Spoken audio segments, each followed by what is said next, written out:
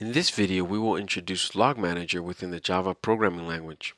There is a global LogManager responsible for creating and managing the loggers and maintaining the configuration. The default configuration establishes a single console handler with a level of info on the root logger for sending output to system.error.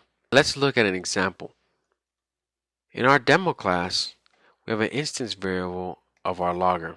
Here, using the static method getLogger for our LogManager, we read the configuration file, which in this case is logging.properties.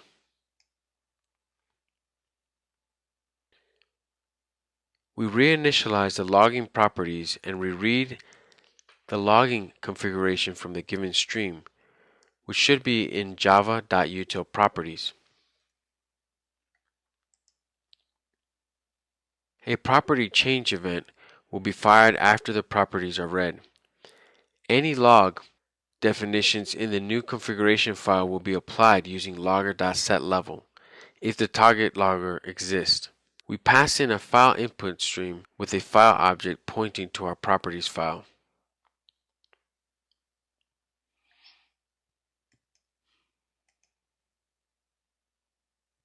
Here we set the level of our logger and then we add our handler, which in this case is a new console handler. In our for loop, we loop and create some message in our log. In our properties file, we define how our logger will function. Here we have our handlers, such as a console handler, our global level of fine.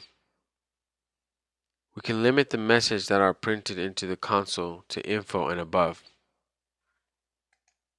We can also use the XML formatter for our messages.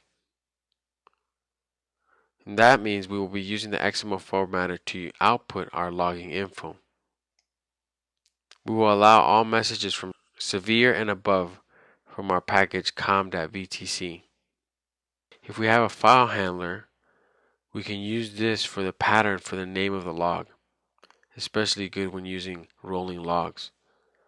Limit of how much our log can contain, how many logs, and again the XML formatter.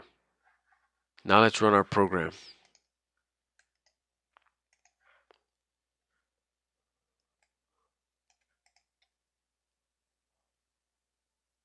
Now we can see our results. Our output is now in XML format.